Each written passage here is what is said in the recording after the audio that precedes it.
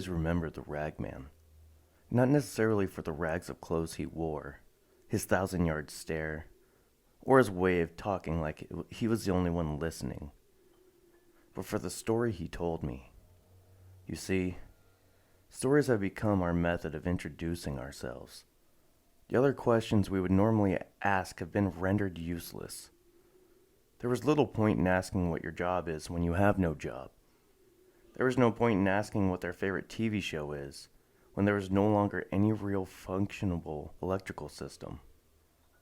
There was no point in asking about their family. You get the point. I have no real method of telling time anymore, but if I had to hazard a guess, I would assume at least 2 years have passed since it all started. It feels longer than 2 years since those undead things came along and began to gnaw down on population to nothing but bones. When they came, the modern world was lost.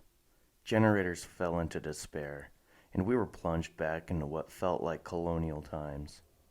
I was a huge fan of movies, which, unfortunately, were one of the many casualties of the undead. I have since picked up a new hobby. You could call me a collector of sorts. I gather stories. I collect all sorts of stories, but the ones that intrigue me the most are people's experiences from the zombie apocalypse. Those stories are the most appealing to me because everyone has their own unique experience. They usually pertain to what they were doing the day of the initial outbreak. Some are sad, some are funny. Like this one about a girl who had decided to try DMT for the first time in her life and thought the zombies were a hallucination brought on by a bad drug trip for a week straight before realizing that that was way too long to be hallucinating. But only one has really resonated with me these 2 years. I met the ragman in a burnt-out building. I had been moving from place to place looking for somewhere to stay. The allure of the fire he had built was too great. I ventured into the deteriorating building, ignoring my fear that I could be walking into an ambush. I just wanted a place to stay for the night, where I wouldn't drift off to sleep in fear that I would be woken up by one of those things gnawing on me. I found the ragman crouched in front of the fire. He barely acknowledged my presence, where most would draw their weapon and demand that I identify myself. He merely craned his head up to take a good look at me, before dropping it back down to the crackling fire. I took this as an invitation and sat down near the warmth. It had been the first time in weeks that I was able to warm up my body from the cold night's air. The crackling and roaring fire brought back memories of spooky campfire tales and roasting s'mores. I called him the ragman because he gave me no formal introduction. He was a haggard-looking man in about his 50s. His beard looked like a razor hadn't touched it since the undead started walking around. He was emaciated in a world that everyone is practically a walking skeleton. Saying he was gaunt is no understatement or literary flourish. His clothes had been reduced to rags by months of strenuous activity. It looked like he had bundled up with 2 or 3 layers of clothing, but all had been worn down into strips and rags. We regarded each other in silence for a few moments before he began talking without introduction or statement of intention. He began. The first few days of the outbreak, we took shelter in a building. It was in that office building where we eked out those first few days. We ate the food that we found in the break room. A lot of people talked about what was happening. The general consensus was that the military was on the way. They had to be. I mean, this was America we were talking about. We expected the military resurgence to be quick and effective.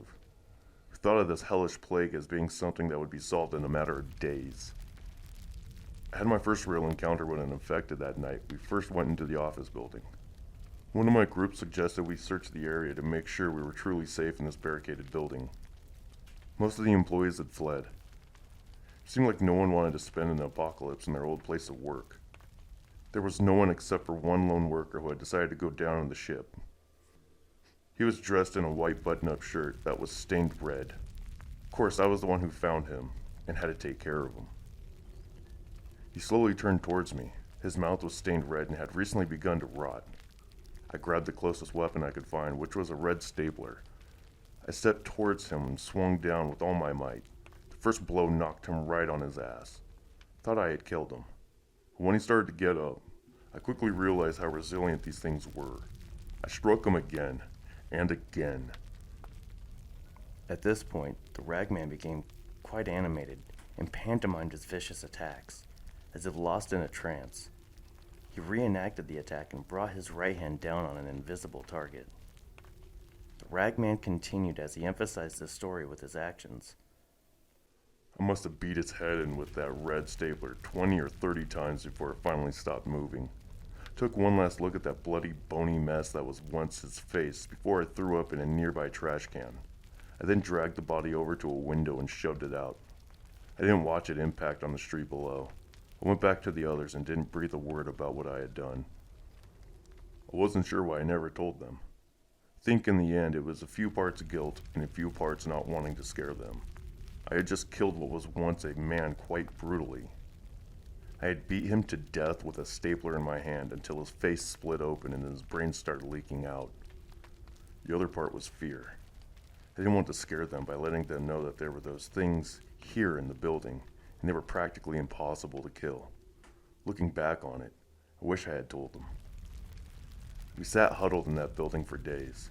I mentioned maybe leaving to find another place or scavenge for food, but my thoughts were quickly shut down. They were convinced that the army was coming to the rescue, and they were only days away. They didn't want to risk going out into the new and dangerous world. They just wanted to hunker down and wait. We woke up the next day to the sound of a helicopter flying overhead. It took me a few seconds to make the connections. The others knew the implications right away, and they shot to their feet and began tearing away the makeshift barricade we had set to keep those flesh-eating fiends out. They flew out into the streets, waving their hands and trying to catch the helicopter's attention. They made so much sound. They thought that the helicopter was the military coming to save the day. I didn't. I saw it as the last dying gasp of the entire system collapsing on the onslaught of the dead. That helicopter wasn't here to begin with the evacuation of civilians. If anything, it was fleeing from the base as the undead creatures swarmed over it and gnawed everything to bones. I stood in the doorway and watched them shout and wave. It was in that moment that I realized the difference between me and them. It was hope and fear. They had hope and thought the military was about to come riding in on their white horses to save the day. I had fear. I had faced one of those undead things. I knew how resilient and practically impervious to damage they were. I knew that no one was coming to save us, and the only option we had left was to save ourselves. It was my fear that saved me. They made so much noise. The ragman paused, like there was something he really wanted to say, but couldn't find the words. His eyes were red and wet with tears. I wasn't sure if it was the smoke or his memories that made it look that way. He continued. The sounds drew so many of them. In the space of a few seconds, it was too late, and they were on them, scratching, biting, tearing away at their flesh. They tried to wade through the undead horde to get back into the building, but it was too late. I did the only thing I could.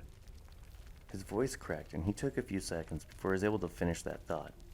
It came out sounding rhythmic, like the tolling of a death knell. I shut the door. I knew that there was nothing more I could do.